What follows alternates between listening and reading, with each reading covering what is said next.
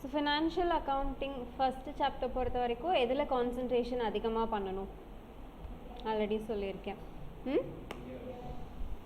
BRS, இதுக்கப்புறமா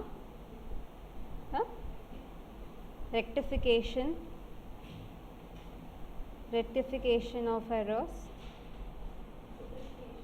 depreciation, and depreciationக்கு முன்னாடி important அப்படின்னு பார்த்தீங்கன்னா capital versus revenue transactions. So mostly இந்த பார்ட்ல இருந்து தான் என்ன பண்ணுவாங்க, அதிகமாக சம்ஸ் கேட்பாங்க. அண்ட் இம்பார்ட்டன்ஸ் அண்ட் ப்ரியாரிட்டிஸ் கொடுக்கும்போது இந்த ஆர்டரில் கொடுத்துக்கோங்க. அதுதான் நான் இங்கேயும் போட்டிருக்கேன். சரிங்களா?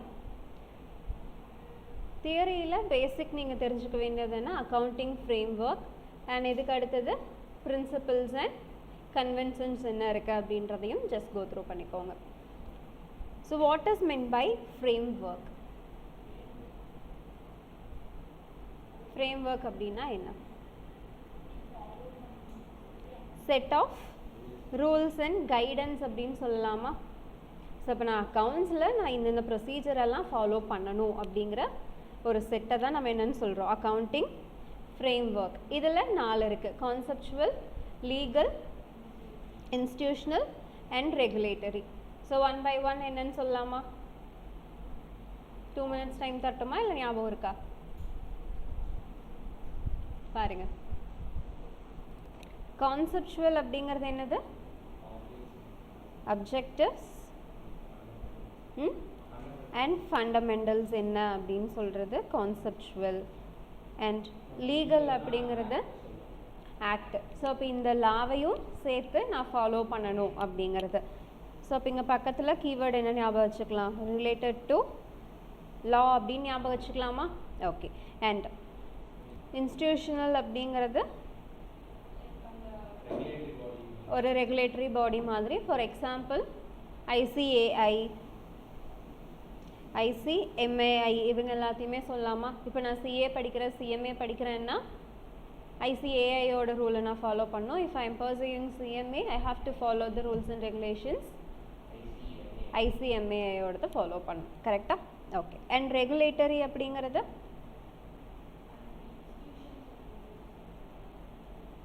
நோ, நான் எக்ஸாம்பிள் சொல்கிறேன். இப்போது நம்ம மார்க்கெட்டை வந்து 2 பார்ட்டாக பிரிக்கலாமா? கேபிட்டல் மார்க்கெட் தனியாக, மணி மார்க்கெட் தனியாக அப்படின்னு பிரிச்சுக்கலாம்.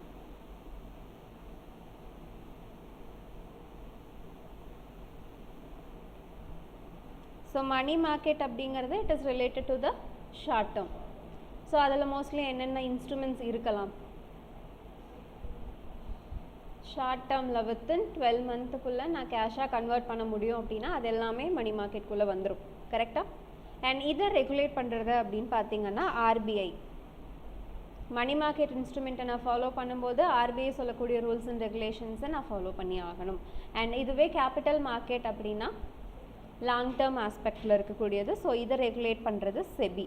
ஸோ இந்த மாதிரி ஒரு ப்ராடர் கேட்டகரியாக இருக்கிறத நம்ம சப்டிவிஷனாக பிரித்து அதுக்குன்னு ஒரு ரெகுலேட்டரி அத்தாரிட்டிஸ் நம்ம அப்பாயிண்ட் பண்ணுவோம். ஸோ அவங்க என்ன சொல்கிறாங்கங்கிறதையும் நம்ம ஃபாலோ பண்ணணும். ஓகேவா? Next accounting principles. ஸோ இதில் கான்செப்ட்ஸ் அண்ட் கன்வென்ஷன்ஸ் அப்படின்னு சொல்லிட்டு 2 கேட்டகரியாக பிரிக்கிறோம். ஸோ கான்செப்ட் பார்த்துட்டு அதுக்கப்புறம் கன்வென்ஷன்ஸ் போய்க்கலாம். First one entity concept. So என்னோட பிஸ்னஸ் வேறு, பர்சன் வேறு அப்படிங்கிறது. Next going concern concept. யார் இருந்தாலும் இல்லைனாலும் என்னோட பிஸ்னஸ் ஒரு லாங் ரன்னுக்கு ரன் ஆகிக்கிட்டே இருக்கும். Next one periodicity concept. Business வந்து இப்போ ஒரு 10-15 வருஷம் போகுது அப்படின்னு வச்சுக்கோங்க. 15 வருஷத்துக்கும் சேர்த்து ஒரே புக்கில் நான் அக்கௌண்ட்ஸ் பார்த்தேன்னா எனக்கு அது ரொம்ப பெருசாக இருக்குமா? ஸோ அதனால் நான் என்ன பண்ணுறேன், ஒரு வருஷமாக சின்ன சின்ன பார்ட்டாக ஸ்ப்ளிட் பண்ணிக்க போகிறேன். அதுக்கு பேர் தான் பீரியாடிட்ரி கான்செப்ட். நெக்ஸ்ட் மணி மெஷர்மெண்ட். மணி ரிலேட்டடாக இருக்கக்கூடிய டிரான்சாக்ஷன்ஸை மட்டும்தான் நான் ரெக்கார்ட் பண்ணணும். நான் மானிட்டரி ஐட்டம்ஸை நான் ரெக்கார்ட் பண்ணக்கூடாது. அண்ட் மணி ரிலேட்டடாக இருக்கக்கூடியது ரெக்கார்ட் பண்ணலாமா? குட்வில் பண்ணக்கூடாதா? ஏன் பண்ணக்கூடாது? ஃபார் எக்ஸாம்பிள், இப்போ என்னோட கம்பெனி நான் புதுசாக ஓப்பன் பண்ணியிருக்கேன், நிறைய பேர்த்துக்கு என் கம்பெனி இருக்குது அப்படிங்கிறதே தெரியாது. அப்போ என்ன பண்ண மாட்டாங்க, என்னோடய ப்ராடக்டை வாங்க மாட்டாங்க, சேல்ஸ் அவ்வளோக்கா இருக்காது. இதுவே நான் ஏதாவது மார்க்கெட்டிங் பண்ணுறேன் அப்படின்னா அது மூலமாக எனக்கு ரெவென்யூ ஜென்ரேட் ஆகுதா? என்னோடய பிராண்ட் விசிபிலிட்டி அப்படிங்கிறது என்ன ஆகும்? இன்க்ரீஸ் ஆகும். அண்ட் ஒரு 10 பேர் வாங்குறாங்க அப்படின்னா அதை வாங்கி யூஸ் பண்ணிவிட்டு இந்த பிராண்ட் நல்லாயிருக்கு அப்படின்னு சொல்லி அவங்களும் ப்ரமோட் பண்ணுவாங்க. ஸோ அப்போ அது ஆட்டோமேட்டிக்காக என்னோட குட்வில்லை இன்க்ரீஸ் பண்ணுதா? என்னோட கம்பெனி வேல்யூ இன்க்ரீஸ் ஆகுதா? மணி ரிலேட்டடாக வந்துடுது இல்லையா? Next one, accrual concept.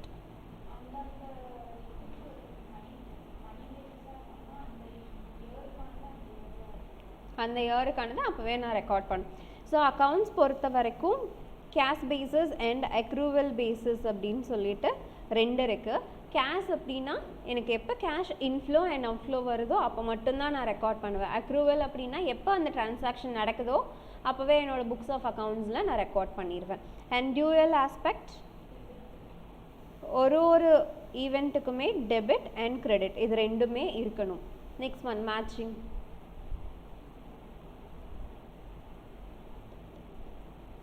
மறந்தாச்சு. ரெவென்யூவும் பர்டிகுலர் பீரியட்கான ரெவென்யூ அண்ட் எக்ஸ்பென்சஸ் இது 2மே மேட்ச் ஆகணும். Next, realisation. அசட் ரியலைஸ் பண்ணுறதா? தப்பாக சொல்லுங்கள். ரியலைசேஷனில் என்ன பண்ணுவேன், எனக்கு எவ்வளோ ரெவென்யூ ரியலைஸ் ஆகுது அப்படிங்கிறத நான் ரெக்கார்ட் பண்ணுவேன். காஸ்ட் கான்செப்ட்டுக்கு ஒரு எக்ஸாம்பிள் வச்சு நான் சொல்லி கொடுத்தேன், மறந்துட்டிங்களா? ஆமாம் அப்படி தலையாட்டுங்க. சரி, இப்போது நான் வந்து ஒரு பைக்கு நான் வாங்க போகிறேன். பைக்கு கூட நான் சேர்த்து என்னென்னலாம் வாங்குவேன்? ஹெல்மெட் இல்லைன்னா ஃபைன் போட்டுருவாங்க. ஸோ அதையும் வாங்கி தான் ஆகணும். வேறு ஸ்டிக்கர் ஒட்டுவீங்களா? கொஞ்சம் அது எனக்கு பிடிக்கும் அப்படின்னா அதுவும் நம்ம பண்ணுவோம். வேறு மாடிஃபிகேஷன்ஸ், எனக்கு கலர் பிடிக்கல அப்படின்னா கலர் நான் சேஞ்ச் பண்ணுவேன். இது எல்லாமே எந்த காஸ்ட்டில் ஆட் ஆகும்? பைக்கோட காஸ்ட்டில் தானே ஆட் பண்ணுவீங்க. இல்லை ஸ்டிக்கருக்கு தனியாக நான் வாங்கினேன், இது தனியாக. ஒருத்தவங்க வந்து உங்ககிட்ட ப்ரைஸ் கேட்குறாங்க, கேட்கும்போது என்ன பண்ணுவீங்க? பைக்கு, ஹெல்மெட்டு, ஸ்டிக்கர் ஒட்டினது இதெல்லாம் சேர்த்து தானே நம்ம இதுதான் ப்ரைஸுன்னு சொல்கிறோமா? அதே மாதிரி தான் அக்கௌண்ட்ஸ்லையும். இப்போ ஒரு மெஷினரி நான் வாங்குகிறேன், அதை வந்து ஒரு பிளேஸ்லேருந்து இன்னொரு பிளேஸ்க்கு நான் கொண்டு வந்து இன்ஸ்டால் பண்ணணும். டிரான்ஸ்போர்ட்டேஷன் வருது. அண்ட் இதுக்கப்புறமா அதை இன்ஸ்டால் பண்ணுறதுக்கு லேபர் சார்ஜஸ் அக்கர் ஆகுது. இதையெல்லாம் சேர்த்து தான் இந்த மெஷினரியோட காஸ்ட்டில் நான் ரெக்கார்ட் பண்ணணும். ஓகேவா? இப்போ கிளியர் ஆகிடுச்சா? Next one, accounting conventions. இதில் 4 இருக்குது. Conservatism, consistency, materiality, full disclosure. What is mean by conservatism? Conservatism நல்லா மறந்துருங்க. அதை நடத்தி முடிச்சாச்சுன்னா திரும்ப பார்க்குறதே இல்லை. ரொம்ப பெருசாக இருக்கா? ஏன் புரிய மாட்டேங்குது?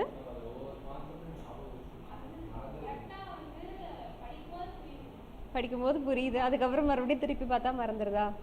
என்ன பண்ணலாம்? அதுக்கு தான் நான் இங்கே அந்த கீவேர்டை மட்டும் நான் இங்கே சொல்லிட்டு வரேன். இதை ஃபுல்லாக முடிச்சுட்டு திரும்ப நான் கொஸ்டின் கேட்பேன். ஓகேவா? சொல்லுங்க பார்ப்போம். கன்சர்வேட்டிசம் அப்படின்னா என்னது? ஸோ என்னோட இன்கம்மை நான் ரெக்கார்ட் பண்ணுறனோ இல்லையோ, என்னோடய கம்பெனிக்கு பாசிபிள் லாஸஸ் என்ன இருக்குது அப்படிங்கிறத நான் என்ன பண்ணேன்? ஃபஸ்ட்டே ரெக்கார்ட் பண்ணணும். நெக்ஸ்ட்டு கன்சிஸ்டன்சி, யூனிஃபார்மிட்டி அப்படிங்கிறது இருக்கணும். பக்கத்தில் எழுதிக்கலாமா யூனிஃபார்மிட்டின்னு சொல்லி? ஒரு வருஷம் ஒரு அக்கௌண்டிங் ப்ரொசீஜர் ஃபாலோ பண்ணிவிட்டு அடுத்த வருஷம் இன்னொரு அக்கௌண்டிங் ப்ரொசீஜரை மாற்றக்கூடாது. அண்ட் கன்சர்வேட்டிசம் பக்கத்தில் பாசிபிள் லாஸஸ் அப்படிங்கிறத எழுதி வச்சுக்கோங்க. Next materiality. ஸோ என்னோட அக்கௌண்ட்ஸில் இம்பேக்டை க்ரியேட் பண்ணுற மாதிரி இருக்கக்கூடிய ஐட்டம்ஸ் எல்லாத்தையுமே நான் டிஸ்க்ளோஸ் பண்ணியிருக்கணும். இப்போ ஒரு 2 lakh டர்ன் ஓவர் தான் அந்த கம்பெனிக்கு இருக்குது. அவங்களுக்கு 2000 இன்ஃபர்மேஷன் வந்து மிஸ் ஆகுது அப்படின்னா அது மெட்டீரியலா இம்மெட்டீரியலா? மெட்டீரியல். அந்த 2000க்கான அமௌண்ட் என்னன்றது தெரியலனா அது ஒரு பெரிய இம்பேக்டை க்ரியேட் பண்ணும். இதுவே என்னோட கம்பெனியோட டர்ன் ஓவர் 2 crores இருக்குது, அப்போ அது அவ்வளோ பெரிய மெட்டீரியல் எஃபெக்டாக இருக்காது. சரியா? Next full disclosure. எல்லா இன்ஃபர்மேஷன்ஸையும் நான் தெளிவாக டிஸ்க்ளோஸ் பண்ணியிருக்கணும். சரிங்களா? நெக்ஸ்ட் ஒன் போயிடலாமா? Next one capital versus revenue transaction. So அதில் நான் என்ன சொல்லியிருக்கேன், கேபிட்டலுக்கும் ரெவென்யூக்கும் காமனாக ஒரே ஒரு டிஃப்ரென்ஸ் தான். அண்ட் அது வந்து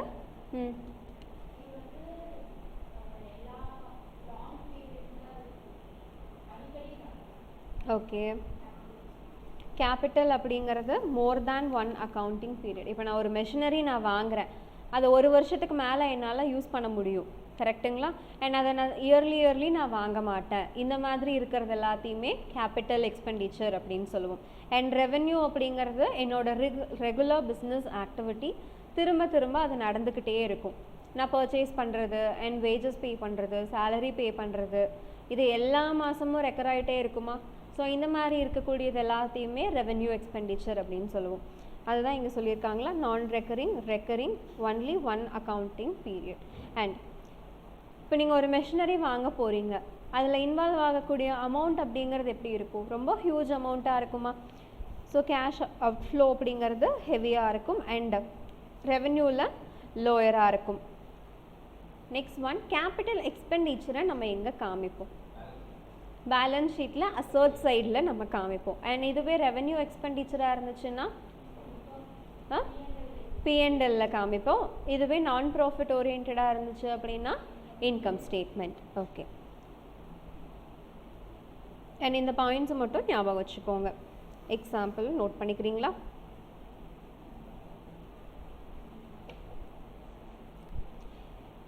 இது அக்கௌண்டிங் ட்ரீட்மெண்ட்டில் நாட் கம்ப்ளீட்லி ரிட்டன் ஆஃப் அப்படின்னு கொடுத்துக்கிறதுக்கு மீனிங் என்னென்னா, இப்போ பேலன்ஸ் ஷீட்டில் அசட்டை நம்ம யூஸ் பண்ண அதோட வேல்யூ ரெடியூஸ் ஆகும், டெப்ரிசியேஷன் சார்ஜ் பண்ணுவீங்க. அடுத்த வருஷத்துக்கு பேலன்ஸ் இருக்க அமௌண்ட் கேரி ஆகுமா? ஸோ இதை ஃபுல்லாக என்னால் ரிட்டன் ஆஃப் பண்ண முடியாது, கேன்சல் பண்ண முடியாது. இதுவே ரெவென்யூ ரிலேட்டடாக இருக்குது அப்படின்னா அந்த வருஷமே அது முடிஞ்சிடும், அதை நான் கேரி ஃபார்வர்ட் பண்ண மாட்டேன். அதனால தான் கம்ப்ளீட்லி ரிட்டன் ஆஃப் அப்படின்னு சொல்லியிருக்காங்க. அண்ட் இதுவே வந்துட்டு கேபிட்டல் ப்ராஃபிட்டாக இருந்துச்சுன்னா எப்படி ஐடென்டிஃபை பண்ணுவீங்க? மெஷினரி ஒன்று நான் வாங்கி யூஸ் பண்ணிவிட்டு அதை நான் திரும்ப சேல் பண்ணுறேன், அதுலேருந்து எனக்கு ஏதாவது ப்ராஃபிட் வருது அப்படின்னா கேபிட்டல் ப்ராஃபிட் அப்படின்னு சொல்லுவோம். இதுவே லாஸ் ஆச்சு அப்படின்னா கேபிட்டல் லாஸ். மெயினாக இதை மட்டும் ஞாபகம் வச்சுக்கோங்க, தட்ஸ் எனஃப். ஓகே, இல்லஸ்ட்ரேஷன் பார்க்கலாமா? நீங்கள் தான் சொல்லணும், நான் சொல்ல மாட்டேன். ஃபர்ஸ்ட் ஒன் பாருங்கள். Overhaul expenses of second-hand machinery purchased or revenue expenditure. False. எதனால ரெவென்யூ கிடையாது?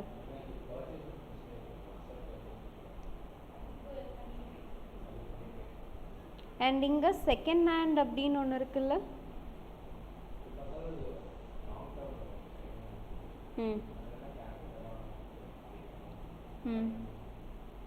ஓகே, நான் கொடுத்துருக்க ஸ்டடி மெட்டீரியல் ஒன்ஸ் எடுத்து பாருங்கள். ஸோ இந்த மாதிரி கொஷின்ஸ் கேட்கும்போது நான் மெயின் 2 பாயிண்ட் பார்க்கணும். வெதர் நான் அதை ரீசேல் பர்பஸ்க்காக வாங்குறேன்னா என்ன. So if it is resale, அது என்னோட regular business activity, so I have to treat it as revenue. And overhaul expenses அப்படிங்கிறது மெஜாரிட்டி நமக்கு அமௌண்ட் அதிகமாக வரும். ஸோ இந்த மாதிரி அமௌண்ட் அதிகமாக வர்றதுனால நம்ம என்னவா ட்ரீட் பண்ணுவோம்? கேபிட்டல். எக்ஸ்பென்சஸ் வந்துட்டு எனக்கு ஹியூஜாக இருக்குது அப்படின்னா தட் இஸ் கேபிட்டல். இங்கே எனக்கு ரீசேல் பர்பஸ்ன்னு எதாவது கொடுத்துருக்காங்களா? இல்லை. ஸோ இப்போ நான் இதை எதுவாக எடுத்துக்கணும்? கேபிட்டல் எக்ஸ்பெண்டிச்சராக எடுத்துக்கணும். Okay, next money spent to reduce working expenses in is revenue expenditure.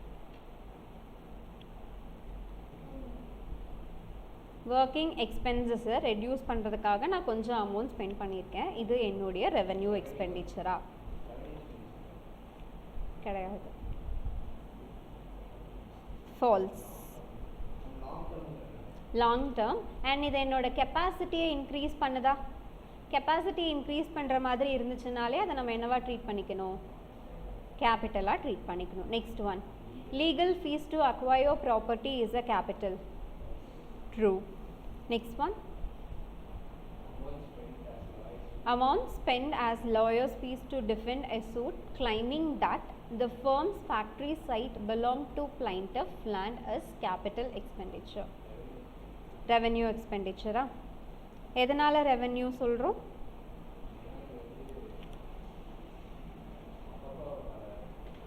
அப்பப்போ வருது. இப்போ கேஸுன்னா நமக்கு திரும்ப திரும்ப அது வந்துட்டே இருக்கும், அப்படியா?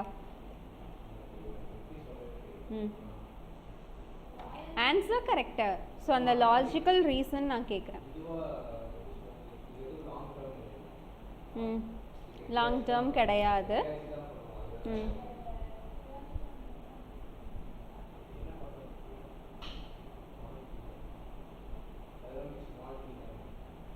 ஸ்மால் ஃபீஸ் தான் இருக்கும். ஸோ நான் அதை என்னவா ட்ரீட் பண்ணிக்க போகிறேன்? ரெவென்யூவாக ட்ரீட் பண்ணிக்க போகிறேன். Next one, amount spent for replacement of worn out part of a machine as a capital expenditure. True va?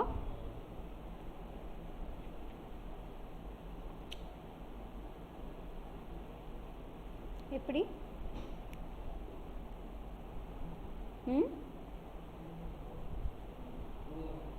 Sentence again மறுபடி படிங்க.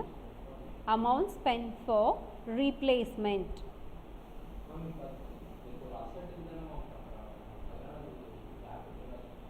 ரிப்பேர்ஸ் அண்ட் மெயின்டெனன்ஸ் அப்படிங்கிறது நம்ம வருஷம் பண்ணுவோம், கரெக்டா? அப்போ அது எனக்கு என்ன நேச்சரில் வரும்? ரெவென்யூ. ஸோ இது ஃபால்ஸ். அடுத்து, expenses incurred under repairs and white washing for the first time on purchase of a old building are revenue. இதை கரெக்டாக சொன்னீங்க அப்படின்னா இந்த சாப்டர்லேருந்து கேபிட்டல் அண்ட் ரெவென்யூ டிரான்சாக்ஷன்லேருந்து எது வந்தாலும் எழுதிடலாம். ஃபால்ஸ். உங்களோட ஆன்சர்?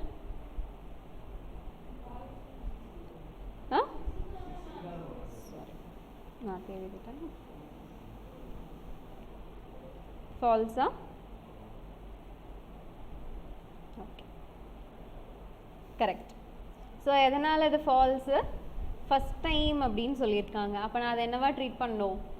கேபிட்டலாக ட்ரீட் பண்ணணும். அடுத்து, seventh one, expenses in connection with obtaining a license for running the cinema as capital expenditure. True.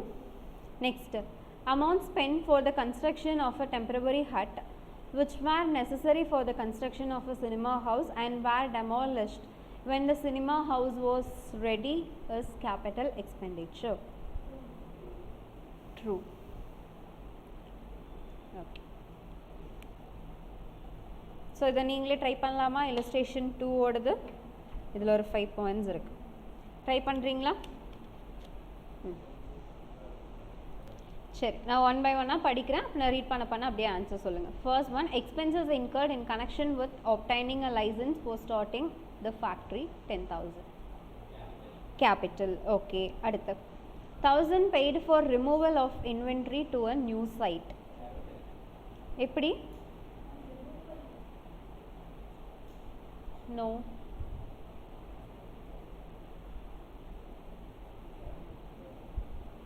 இப்போது நீங்கள் புதுசாக ஒரு பக்கம் வந்து உங்கள் ஃபேக்ட்ரி ஓப்பன் பண்ணியிருக்கீங்க. ரெகுலராக நீங்கள் மேனுஃபேக்சரிங் பண்ணணும் அப்படின்னா கூட்ஸ் அந்த இடத்துக்கு போய்கிட்டே இருக்கணும். அப்போ அது எனக்கு என்ன ஆகும்? திரும்ப திரும்ப ரெக்கர் ஆகிட்டே இருக்கா? அப்போ நான் அதை என்னவா ட்ரீட் பண்ணணும்? ரெவென்யூவாக ட்ரீட் பண்ணணும். So first one capital expenditure, second one revenue. Third, rings and piston of an engine were changed at a cost of 5,000 to get fuel efficiency. No. எதனால கேபிட்டல் அப்படின்னா efficiency and improvement, capacity.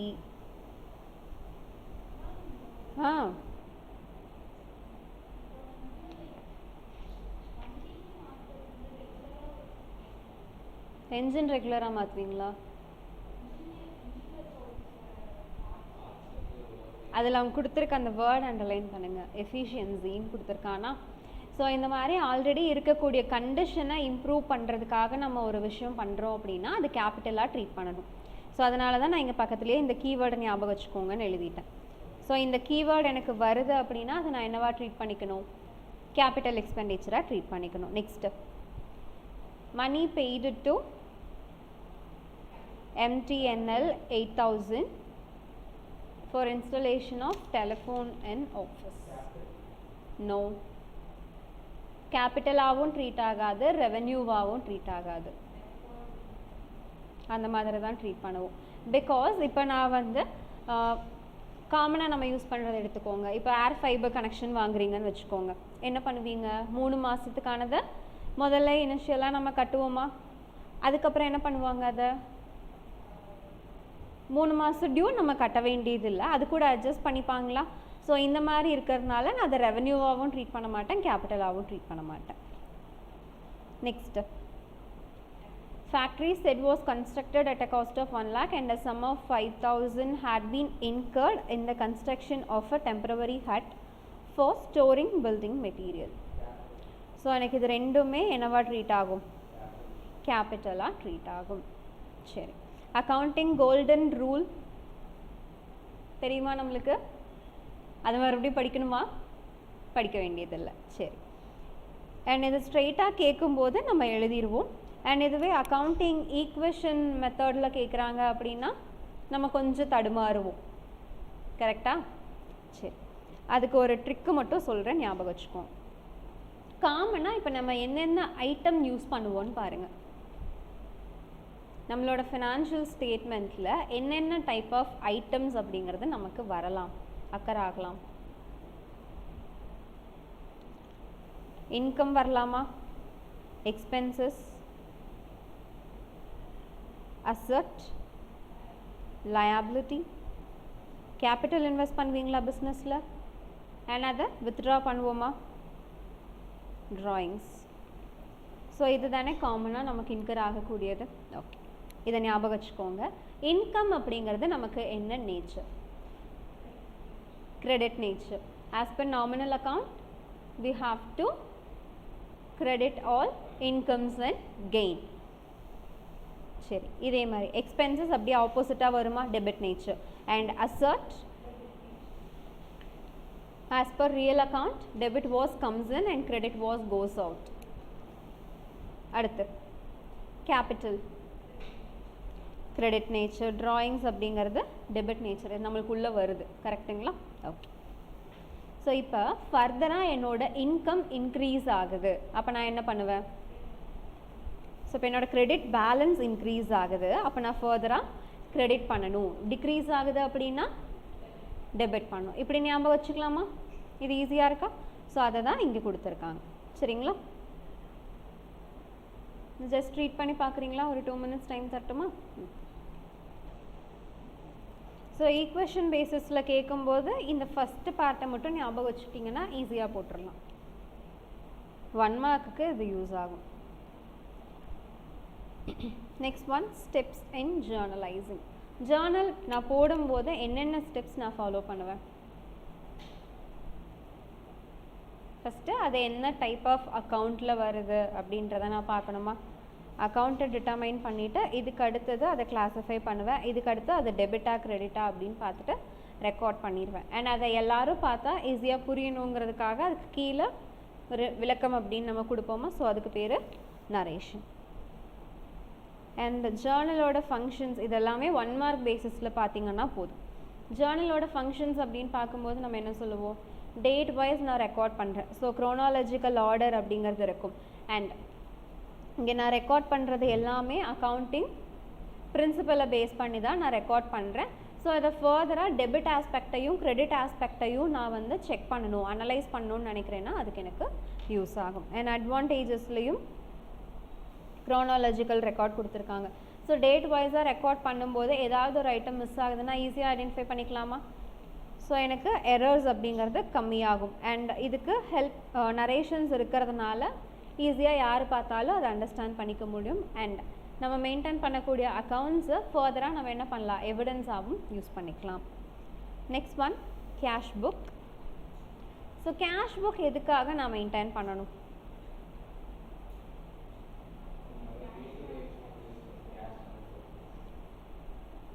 Cash டிரான்சாக்ஷனை normal books of அக்கௌண்ட்லேயே நான் record பண்ணலாம்ல, எதுக்கு நான் தனியாக ஒரு புக்கை நான் மெயின்டைன் பண்ணணும்? ஐடென்டிஃபை பண்ணுறதுக்கு ஈஸியாக இருக்கும். ஸோ ஒரு கம்பெனியில் கேஷ் டிரான்சாக்ஷன்ஸ் அதிகமாக நடக்குது அப்படிங்கும்போது அதுக்கு நம்ம தனியாக ரெக்கார்ட் மெயின்டைன் பண்ணிட்டோம்னா ஈஸியாக அந்த புக்கை பார்த்த உடனே நம்ம தெரிஞ்சுக்கலாம் என்னென்ன கேஷ் இன்ஃப்ளோஸ் இருக்குது அண்ட் என்னென்ன அவுட்ஃப்ளோஸ் இருக்குது அப்படின்னு சொல்லிட்டு. அண்ட் இதில் வந்துட்டு ரெகுலராக நம்ம ஃபாலோ பண்ணக்கூடியது கேஷ் காலம்ஸ் இருக்கிறத பேஸ் பண்ணி single column, double column, triple column. Single காலமில் வெறும் கேஷ் காலம் மட்டும்தான் இருக்கும், டபுள் காலமில் cash in bank and triple காலமில் கேஷு பேங்க்கு அண்ட் டிஸ்கவுண்ட் எக்ஸ்ட்ராவாக ஆட் ஆகும். கரெக்டாக? ஓகே. அண்ட் இது போக ஸ்பெஷல் டைப் நம்ம ஃபாலோ பண்ணுறோம் அப்படின்னா பெட்டி கேஷ் புக். எதனால் இந்த பெட்டி கேஷ் புக் அப்படிங்கிற கான்செப்ட் வந்துச்சு அக்கௌண்ட்ஸில்? ஸோ நார்மல் கேஷ் புக்கில் ஒரு 1000, 100 அப்படிங்கும்போது என்னால் ரெக்கார்ட் பண்ண முடியும். ஒரு 2 ரூபா, 10 ரூபா இந்த மாதிரி இருக்கக்கூடிய ஐட்டம்ஸை ஜென்ரலாக இருக்கக்கூடிய கேஷ் புக்கில் என்னால் ரெக்கார்ட் பண்ண முடியாது பெரிய கம்பெனியில். அப்போ நான் என்ன பண்ணுவேன், இந்த சின்ன சின்ன செலவெல்லாம் நீங்கள் பார்த்துக்கோங்கன்னு ஒரு பர்சனை அப்பாயிண்ட் பண்ணிடுவேன். அந்த பர்சனை நம்ம என்னென்னு சொல்லுவோம்? பெட்டி கேஷியர் அப்படின்னு சொல்லுவோம். கரெக்டுங்களா? அண்ட் இவங்களுக்கு கொடுக்கக்கூடிய கேஷை வந்து 2 பேசிஸில் நம்ம மெயின்டைன் பண்ணலாம். First one ordinary system, second one impressed system. Ordinary சிஸ்டமில் என்ன பண்ணுவோம், அமௌண்ட்டை லம்சமாக கொடுத்துட்டு அதுக்கப்புறம் ஒரு பர்டிகுலர் பீரியட் முடிஞ்சதுக்கப்புறம் என்ன அப்படின்னு சொல்லிட்டு நம்ம ரிவ்யூ பண்ணுவோம். அண்ட் இம்ப்ரெஸ்டு சிஸ்டமில் என்ன பண்ணுவோன்னா ஃபஸ்ட்டே அனலைஸ் பண்ணி வச்சுருவோம், ஒரு மாதத்துக்கு 10,000 செலவாகலாம் அப்படின்னு சொல்லிட்டு. ஸோ அந்த 10,000 மட்டும்தான் கொடுப்பேன். அண்ட் அந்த மந்த் முடிஞ்சதுக்கப்புறம் எனக்கு அவங்க ரிவ்யூ காமிச்சிட்டு பேலன்ஸ் ஏதாவது இருக்குன்னா என்கிட்ட ரிட்டர்ன் பண்ணிடுவாங்க. இல்லைன்னா அடுத்த டைம் அமௌண்ட் கொடுக்கும்போது நான் என்ன பண்ணுவேன், மைனஸ் பண்ணிவிட்டு பேலன்ஸ் இருக்கிறத கொடுப்பேன். இந்த சிஸ்டமுக்கு பேர் இம்ப்ரெஸ்டு சிஸ்டம். ஓகே, இனிதான் மெயின் கான்செப்ட்குள்ளேயே நம்ம போக போகிறோம். Bank reconciliation statement. எதனால் இந்த பேங்க் ரீகன்சிலியேஷனுங்கிறத நான் ப்ரிப்பேர் பண்ணணும்? பேங்க்கோட டிரான்சாக்ஷனும் என்னோட கேஷ் புக்கில் நான் மெயின்டைன் பண்ணக்கூடிய பேங்க் காலம், இது ரெண்டும் என்ன ஆகும், சம்டைம்ஸ் பேலன்ஸ் மாறி மாறி வரும். ஸோ அதை டேலி பண்ணுறதுக்காக ஒரு ஸ்டேட்மெண்ட் நான் தனியாக ப்ரிப்பேர் பண்ணுறேன். That is called bank reconciliation statement. கரெக்டாக? அண்ட் இப்போ வந்து மோஸ்ட்லி யாருக்கும் இந்த ப்ராப்ளம் இருக்காது. எதனால், எல்லாமே இப்போ டிஜிட்டலைஸ்டாக மாறிடுச்சு. ஸோ நம்ம கேஷ் புக் அப்படிங்கிறது ப்ரிப்பேர் பண்ணோன்னாலும் ஈஸியாக நம்மளால் ஐடென்டிஃபை பண்ண முடியும். பட் இதுக்கு ஒரு 10 to 15 years முன்னாடி எல்லாமே பார்த்தீங்கன்னா இந்த அளவுக்கு டிஜிட்டலைஸ்டு ப்ராசஸ் கிடையாது. செக்கை நீங்கள் கொண்டு போய் கொடுக்குறீங்க அப்படின்னா உங்கள் அக்கௌண்ட்டில் அது ரிஃப்ளெக்ட் ஆகிறதுக்கு 5 to 10 days ஆகும். கரெக்டுங்களா? ஆனால் நம்ம என்ன பண்ணியிருப்போம், செக்கை இஷ்யூ பண்ணதுமே நம்ம பேங்க் அக்கௌண்ட்டுக்கு அமௌண்ட் வந்துருச்சு அண்ட் கொடுத்ததுமே நம்ம என்ன இன்னொரு பர்சனுக்கு எழுதி கொடுக்குறீங்கன்னா நம்ம அக்கௌண்ட்லேருந்து அமௌண்ட் வெளியே போயிடுச்சுன்னு எழுதிடுவோம். கரெக்டுங்களா? ஸோ அதனால தான் இந்த ஸ்டேட்மெண்ட் நான் தனியாக ப்ரிப்பேர் பண்ண வேண்டியது வந்துச்சு. அண்ட் மெயினாக என்னென்ன ரீசன்ஸ்ன்னு நீங்கள் லிஸ்ட் அவுட் பண்ணியிருக்காங்க பாருங்கள். இதை பேஸ் பண்ணி தான் மோஸ்ட்லி நான் சம்மே போடுற மாதிரி இருக்கும். அண்ட் ரீகன்சிலியேஷன் ஸ்டேட்மெண்ட் ப்ரிப்பேர் பண்ணும்போது நான் 2 மெத்தடில் நான் ப்ரிப்பேர் பண்ணுவேன். ஃபஸ்ட்டு நார்மலாக நம்ம ஃபாலோ பண்ணக்கூடிய ப்ரொசீஜர். இந்த செகண்ட் ஒன் அப்படின்னு பார்த்தீங்கன்னா amended cash book method.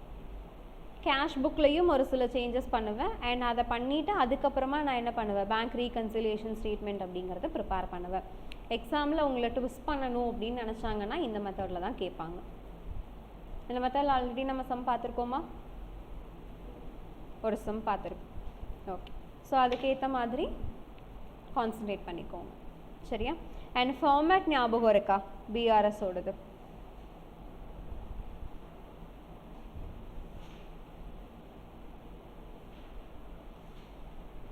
பிஆர்எஸோட format போகிறதுக்கு முன்னாடி இன்னொரு இம்பார்ட்டன்ட் திங், டெபிட்டு கிரெடிட்டு. நம்மளை பொறுத்த வரைக்கும்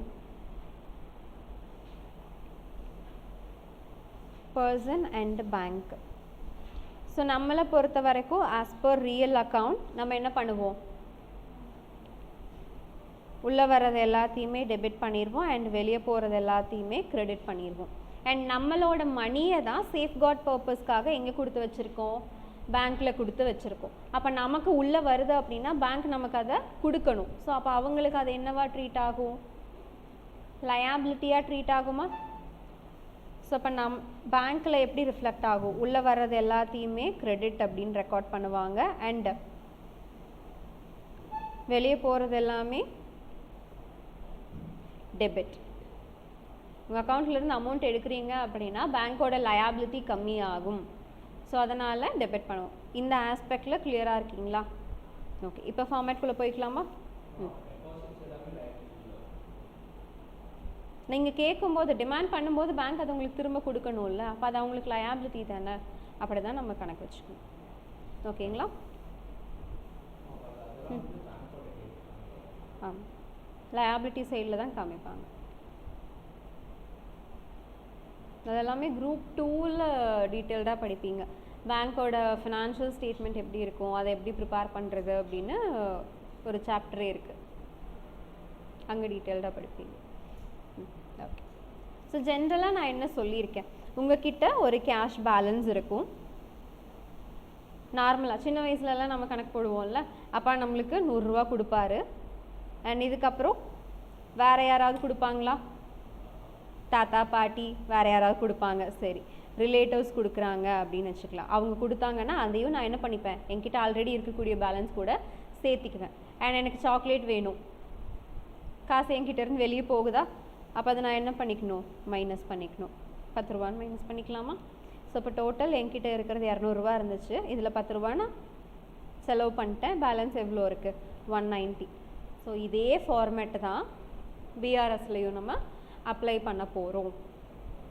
என்ன பேலன்ஸ் அப்படின்னு பார்த்துக்கோங்க. அண்ட் உங்களுக்கு இன்கம்ஸ் ஏதாவது இருந்துச்சு அப்படின்னா, உள்ளே வந்திருக்கு உங்கள் அக்கௌண்ட்டுக்கு அப்படின்னா அது எல்லாத்தையும் ஆட் பண்ணிக்கோங்க. அண்ட் உங்கள் அக்கௌண்ட்லேருந்து வெளியே போயிருக்கு அப்படின்னா அது எல்லாத்தையும் என்ன பண்ணிக்கணும், மைனஸ் பண்ணிக்கணும். சரியா? அண்ட் பிஆர்எஸ் ப்ரிப்பேர் பண்ணும்போது 4 மெத்தடில் நம்ம ப்ரிப்பேர் பண்ணுவோமா? என்னென்ன? Cash book basis and bank பாஸ்புக்கா?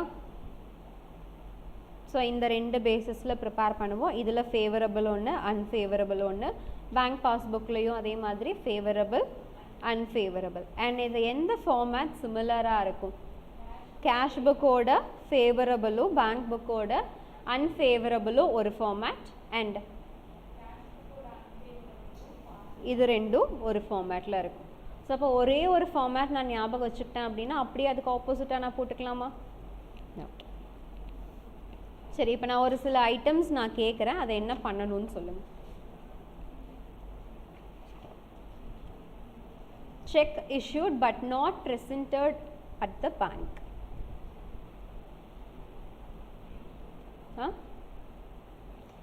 Cash புக்கோட ஃபேவரபிள் பேலன்ஸை எடுத்துக்கோங்க, என்ன பண்ணுவீங்க?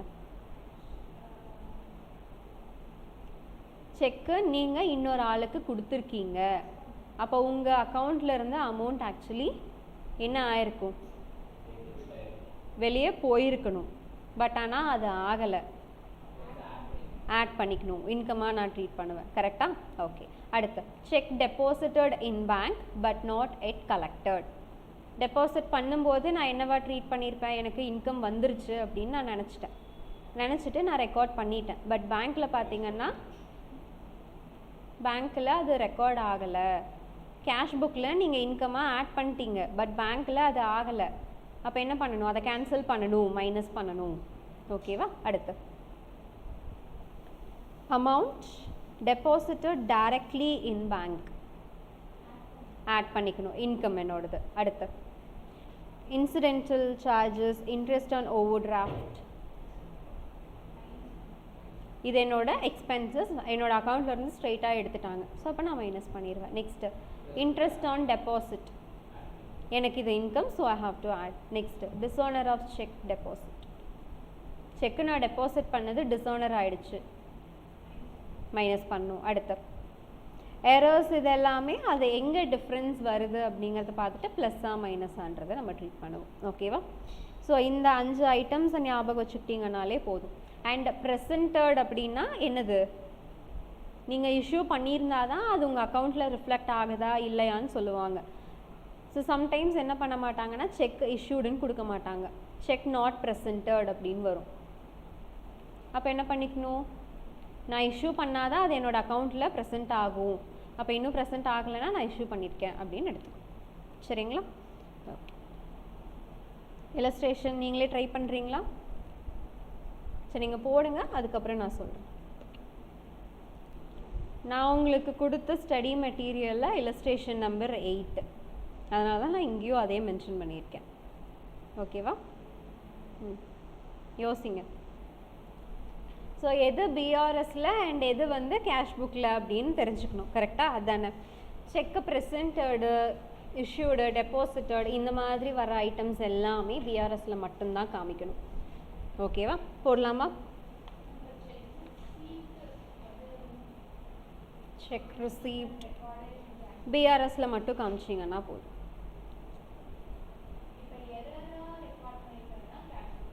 டைரெக்டாக டெபாசிட் பண்ணியிருக்காங்க அப்படின்னா அது கேஷ் புக்கில் காமிச்சிக்கோங்க, நோ இஷ்யூஸ். அண்ட் எனக்கு இந்த மாதிரி எரர் வரதை மட்டும் நான் எங்கே காமிச்சேன்னா போதும், பிஆர்எஸில். தெளிவாக நான் சொல்லிகிட்ருக்கேன். இந்த ஃபஸ்ட் பாயிண்ட் படிங்க. Check received and recorded in the cash book. Already நீங்கள் ரெக்கார்ட் பண்ணிட்டீங்கடா, அப்புறம் மறுபடியும் ரெக்கார்ட் பண்ணணுமா கேஷ் புக்கில்? வேண்டாம். அப்போ பிஆர்எஸில் மட்டும் நான் காமிச்சா போதும். கரெக்டுங்களா? அண்ட் நெக்ஸ்ட் இது பாருங்கள். Cheque of 1400 paid into a bank in November 1994 had been debited by bank by error. So எரராக என்ன பண்ணிட்டாங்க, என் அக்கௌண்ட்லேருந்து அமௌண்ட் எடுத்துட்டாங்க. இதை நான் எப்படி ட்ரீட் பண்ணலாம்? பிஆர்எஸ்லையா?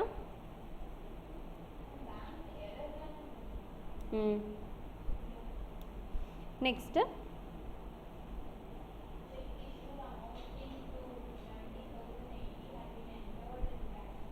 check issued amounted to 70,080 in December 1994 had been entered in a cash book 69,000. So amount என்ன ஆயிருக்கு அப்படின்னு பாருங்கள், தப்பாக சொல்லியிருக்கோம். ஸோ அப்போ நான் எங்கே சேஞ்ச் பண்ணணும்? கேஷ் புக்கில் நான் சேஞ்ச் பண்ணணும். Next interest of 3,520 charged by bank was not recorded in cash book. Cash புக்கில் நான் ரெக்கார்டே பண்ணலை, அப்போ நான் எங்கே ரெக்கார்ட் பண்ணணும்? கேஷ் புக்கில் ரெக்கார்ட் பண்ணனா போதும். அடுத்து payment side of cash book had been undercast by 400. So cash புக்கோட பேமெண்ட் சைடு அப்படிங்கிறது எனக்கு எதை ரெப்ரசென்ட் பண்ணும்? டெபிட் சைடில் என்ன காமிப்பேன், கிரெடிட் சைடில் என்ன காமிப்பேன்? Debit was comes in. So அப்போ இன்கம்ஸ் எல்லாமே டெபிட் சைட்லையும் என்னோட எக்ஸ்பென்சஸ் எல்லாத்தையுமே கிரெடிட் சைட்லையும் நான் காமிச்சிக்கணும். இதுக்கு ஒரு இதுக்கும் நீங்கள் ஃபார்மேட் ஞாபகம் வச்சுக்கணுன்னே கிடையாது. இப்படி லாஜிக்கலாக யோசிச்சிங்கன்னா ஃபார்மேட் ஈஸியாக ஞாபகம் வச்சுக்கலாம். சரிங்களா? அடுத்து 17,960 was entered in the cash book as paid into bank on 31st December 1994 but not credited by bank until the following days. பிஆர்எஸில் மட்டும் நீங்கள் காமிச்சிங்கன்னா போதும், பிகாஸ் ஆல்ரெடி என்ன பண்ணியாச்சு. ஸோ என்ன பண்ணியாச்சுன்னு பாருங்கள், கேஷ் புக்கில் என்டர் பண்ணியாச்சு. அடுத்து payment received from a customer directly by bank 10,920 but no entry was made in cash book. Cash புக்கில் மட்டும் என்ட்ரி போட்டிங்கன்னா போதும். பிஆர்எஸில் போடணுமா? வேண்டாம். ஜஸ்ட் அதை ரீட் பண்ணி பாருங்கள், எங்கே என்ட்ரி போட்டிருக்கோம் எங்கே போடலை அப்படின்னு பாருங்கள். கேஷ் புக்கில் ரெக்கார்ட் பண்ணலைன்னா கேஷ் புக்கில் ரெக்கார்ட் பண்ணுங்கள். ஆல்ரெடி நீங்கள் கேஷ் புக்கில் ரெக்கார்ட் பண்ணிட்டீங்க அண்ட் இங்கே வந்து இப்போது டிஃப்ரென்ஸ் காமிக்குது அப்படின்னா பிஆர்எஸில் காமிச்சிங்கன்னா போதும். லாஜிக் இது தான். ஓகேவா? சம் போட்டுடலாமா? முக்கால்வாசி நானே சொல்லியாச்சு. சரி, இதில் ஓப்பனிங் பேலன்ஸ் எவ்வளோ கொடுத்துருக்காங்கன்னு பாருங்கள். 47,240 கிரெடிட் பேலன்ஸ். இப்போ இந்த சைடு கிரெடிட் சைடில் என்னென்ன எழுதணும்? By balance brought down 47,240 240. அடுத்து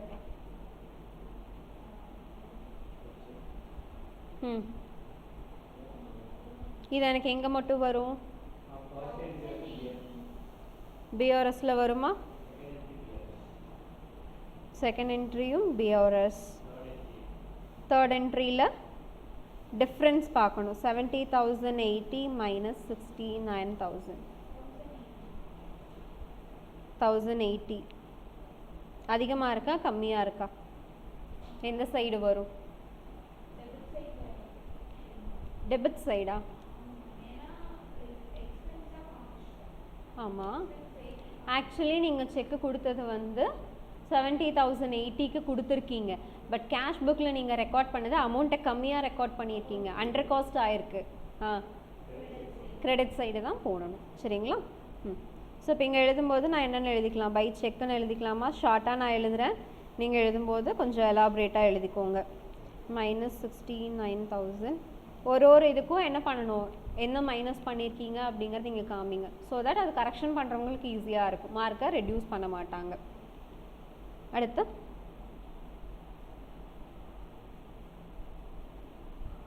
interest not recorded in cash book அப்படின்னு சொல்லியாச்சு. பை இன்ட்ரெஸ்ட் சார்ஜஸ் டே. நல்லா ரீட் அவுட் பண்ணுங்க. சார்ஜ்டு பை பேங்க்னு கொடுத்துருக்காங்க. நீங்கள் டெபாசிட் பண்ணதுக்கு கொடுத்தாதான் அது உங்களுக்கு இன்கம்மு. சென்டென்ஸை கொஞ்சம் கிளியராக படிக்கணும். ஒரு டைமுக்கு 2 டைம் படிச்சுட்டு ஆன்சர் பண்ணுங்கள், தப்பே இல்லை. ஓகேவா?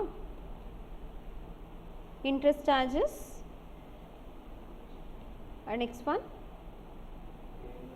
Payment side of cash book under காஸ்ட்னு கொடுத்துருக்காங்க. அப்போ ஃபர்தராக நான் என்ன பண்ணும், கிரெடிட் பண்ணுமா? 400.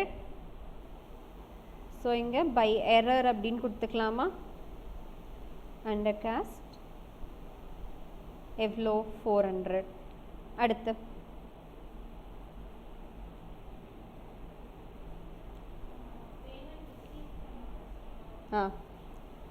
So no entry in cash book அப்படின்னு சொல்லிட்டாங்க. கேஷ் புக்கில் நான் என்ன பண்ணும், டெபிட் பண்ணுமா? டு கஸ்டமர் ப்ராக்கெட்டில் டைரக்ட் டெபாசிட் 10,920. ரைட்? டேலி பண்ணலாமா? இப்போ டேலி பண்ணுங்க.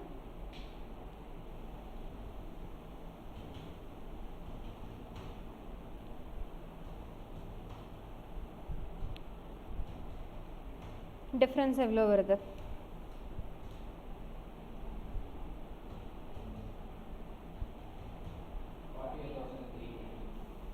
41,320. ஸோ அது இங்கே எழுதும்போது டு பேலன்ஸ் கேரி டவுன் அப்படின்னு எழுதுவேன். அண்ட் அடுத்து பிஆர்எஸ் ப்ரொசீட் பண்ணும்போது நான் என்ன பேலன்ஸ் வச்சு எடுக்கணும்? இந்த பேலன்ஸை வச்சு தான் நான் ப்ரொசீட் பண்ணணும். சரிங்களா? அண்ட் நீங்கள் எழுதும்போது என்ன எழுதுவீங்க? Balance as per cash book unfavourable. கரெக்டா? 41,320. சரி, இப்போ என்னென்ன ஐட்டம்ஸ் நான் போடணும்? செக்கு ரிசீவ் பண்ணது ஒன்று, அண்ட் இதுக்கு அடுத்தது செக்கு பெய்டு ராங்லி அது ஒன்று, and cash paid not credited. இந்த 3 ஐட்டம்ஸா? இதெல்லாம் நான் ஆட் பண்ண வேணா லெஸ் பண்ண வேணாம். அண்ட் செக்கு இஷ்யூ பண்ணது ஒன்று இருக்குது,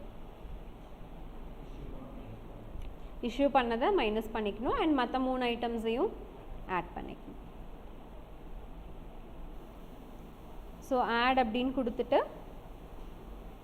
செக் ரிசீவ்ட் எவ்வளோ பாருங்க? 4,960. சம் இல்லையா? ஃபோன்லையாவது ஓப்பன் பண்ணுங்க. அதுக்கு தானே நான் மெட்டீரியல் அனுப்பிச்சி விட்டேன் உங்களுக்கு. அனுப்புனதையே பார்க்கலையா? Next one check paid wrongly எவ்வளோ கொடுத்துருக்காங்கன்னு பாருங்க.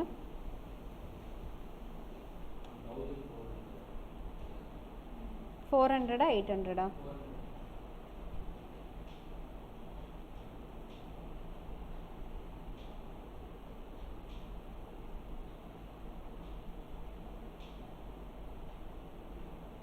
இதுதானே? ஜஸ்ட் இன்னொரு டைம் நல்லா ரீட் பண்ணுறீங்களா அந்த சென்டென்ஸை? ஏதாவது ஹிண்ட் கிடைக்குதா அப்படின்னு பாருங்கள். 2400 800 எதனால 2800? இதை நான் ஏன் அப்படியே நான் இன்டூ 2 பண்ணி போடுறேன்? ஃபஸ்ட்டு கிரெடிட் பண்ணியிருக்கீங்க அண்ட் அது என்ன ஆகுது? ஸோ இந்த இடத்துல எனக்கு 2 எஃபெக்ட் ஆகுதா? ஸோ இப்போ அமௌண்ட்டை நான் என்ன பண்ணிக்கணும்? டபுள் பண்ணி போட்டுக்கணும். ஸோ இப்போ இங்கே எவ்வளோ? 2800. அடுத்து cash paid but not credited 17,960. Add பண்ணோன்னா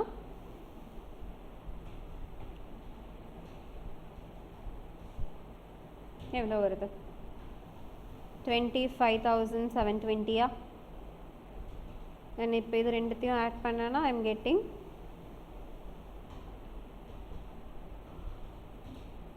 correct.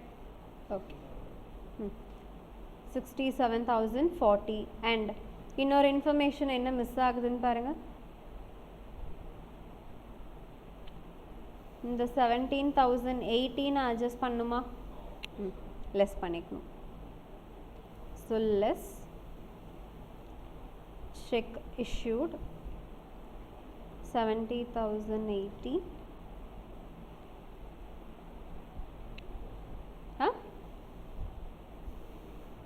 எவ்வளோ வருது?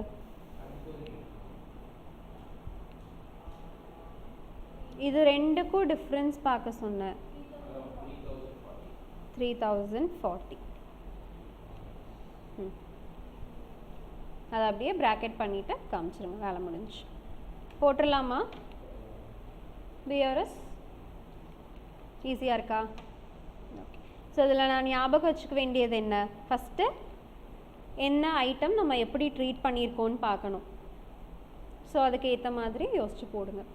இங்கே லாஜிக்கல் திங்கிங் தான். ஃபார்முலாவை நீங்கள் மக்கடிக்க வேண்டாம். அதை மக்கடிச்சிட்டு போனீங்கன்னா ஒன்றும் பண்ண முடியாது.